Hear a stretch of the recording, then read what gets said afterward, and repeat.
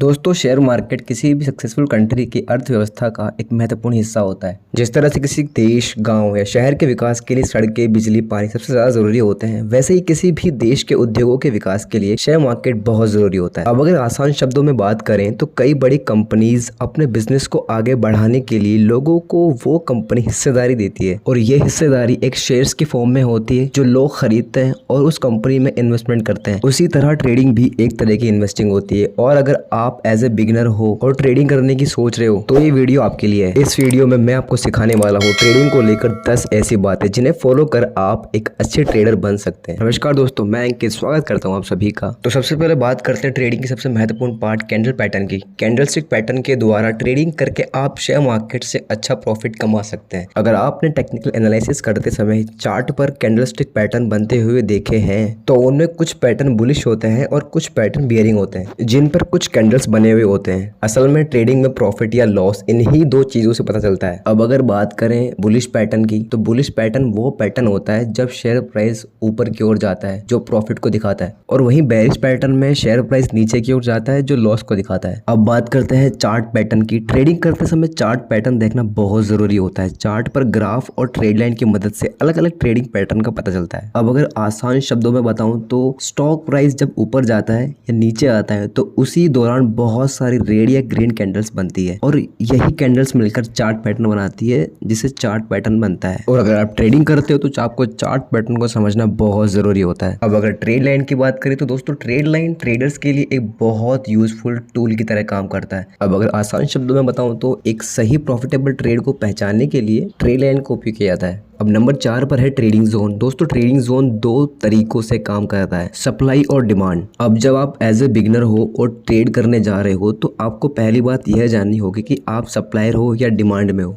अब सप्लाई और डिमांड से मेरा मतलब है जब शेयर मार्केट में शेयर प्राइस बोली से अधिक हो, वहीं डिमांड में शेयर प्राइस बोली से कम हो। बोली वो होती है जिसमें व्यापारी लोग स्टॉक के लिए पेमेंट करते हैं। तो अब बात करते हैं आरएसआई की, रिलेटिव स्ट्रेंथ इंडेक्स। आरएसआई किसी भी ट्रेडर के लिए एक यूजफुल किट की तरह काम करता है। ये एक मोमेंटम ऑसिलेटर है जो 0 से 100 के बीच मार्केट को एनालाइज करता है। आरएसआई का 0 से 30 के बीच रहने का मतलब है कि मार्केट डाउन जाएगा, और मार्केट डाउन होने की वजह से डिमांड बढ़ जाएगी। वहीं जब आरएसआई 70 से 100 के बीच में होता है तो शेयर्स की सप्लाई बढ़ जाती है, जिससे आपको शेयर्स बेचनी चाहिए। ओवरबॉट माना जाता है। आरएसआई के जरिए कब ट्रेड करना चाहिए, कब बाय करना चाहिए, कब सेल करना चाहिए, ये सभी हम आरएसआई के जरिए देख सकते हैं। अब बात करते हैं ट्रेडिंग के सबसे महत्वपूर्ण टॉपिक साइकोलॉजी की। ट्रेडिंग के फील्ड में आप एज ए बिगिनर हो या फिर एक बहुत बड़े ट्रेडर हो, आपको सेल्फ एनालिसिस के साथ साथ ट्रेडिंग के साइकोलॉजी फैक्ट पर भी ध्यान देना चाहिए। अब यह साइकोलॉजी से मेरा मतलब है ट्रेडिंग को लेकर एक सोचने की क्षमता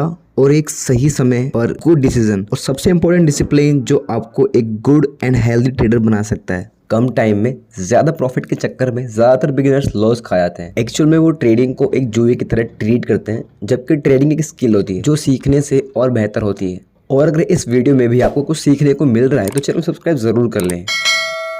तो अब बात करते हैं रिस्क एंड रिवॉर्ड की। रिस्क, रिवॉर्ड या मनी मैनेजमेंट। साधारण शब्दों में बात करें, जब हम शेयर मार्केट में ट्रेड करते हैं तो ट्रेड करते समय हमें कितना रिस्क लेना चाहिए और उस रिस्क लेने के बाद हमें कितना प्रॉफिट होगा, इस पूरे पैटर्न को रिस्क रिवॉर्ड कहते हैं। अब एग्जांपल के लिए, ज्यादातर इन्वेस्टर या ट्रेडर शेयर मार्केट में जल्दी मुनाफा कमाने के लिए ट्रेडिंग करते हैं और लॉस खा बैठते हैं। कई ट्रेडर जरूरत से ज्यादा पैसा निवेश कर देते हैं और वो पूरी तरीके से लॉस में आ जाते हैं। तो अब बात करते हैं MACD यानी मूविंग एवरेज कन्वर्जेंस डाइवर्जेंस। दोस्तों, एक स्टॉक मार्केट में जब स्टॉक एक्सचेंज होता है तो कई ऐसे टेक्निकल टूल्स होते हैं जिनकी मदद एक स्टॉक को सही समय पर बेचना या खरीदना होता है। MACD भी एक ऐसा ही टूल है और ज्यादातर बड़े ट्रेडर इसका ट्रेडिंग करते टाइम यूज करते हैं। तो अब बात करते हैं ब्रेकआउट या ब्रेकडाउन की। सिंपली जब स्टॉक प्राइस किसी सपोर्ट या रेजिस्टेंस को तोड़कर ऊपर या नीचे चला जाता है तब उस स्टॉक को हम ब्रेकडाउन या ब्रेकआउट कहते हैं। ज्यादातर ट्रेडर सबसे ज्यादा ट्रेड इसी टाइम करते हैं, पर अगर ट्रेड सही तरीके से, सही एनालाइज से किया गया है तो प्रॉफिट भी अच्छा होता है, और जल्दीबाजी के चक्कर में ज्यादातर ट्रेडर लॉस खा जाते हैं। ब्रेकआउट या ब्रेकडाउन एनालिसिस के समय ही आप ये चीज तय कर सकते हैं कि सबसे ज्यादा स्टॉक का प्राइस होता है उसी टाइम होता है, और सबसे ज्यादा कम जो स्टॉक का प्राइस होता है वो भी इसी टाइम होता है। दोस्तों, लास्ट एंड सबसे मोस्ट इंपॉर्टेंट टॉपिक है सेल्फ एनालिसिस। बिना सेल्फ एनालिसिस के आप एज अ शेयर मार्केट हो, स्टॉक मार्केट हो, या किसी भी तरह का कोई भी काम हो, आप सही तरीके से या बिना एनालाइज करे उसे पूरा नहीं कर सकते। आप उसमें सिर्फ लॉस खाएंगे। कभी भी किसी दूसरे को देखकर इन्वेस्टमेंट ना करें। अगर उसको प्रॉफिट हो रहा है तो जरूरी नहीं है आपको भी प्रॉफिट ही हो सकता है। आपको मार्केट को सीखना जरूरी है कि ये काम कैसे करता है, इसका प्रॉफिटेबल, इसका सोर्स क्या है। आप जब तक इसका पूरा पैटर्न नहीं समझेंगे, आप जिंदगी भर लॉस खाएंगे, अपना पैसे को खो बैठेंगे। Thank you so much.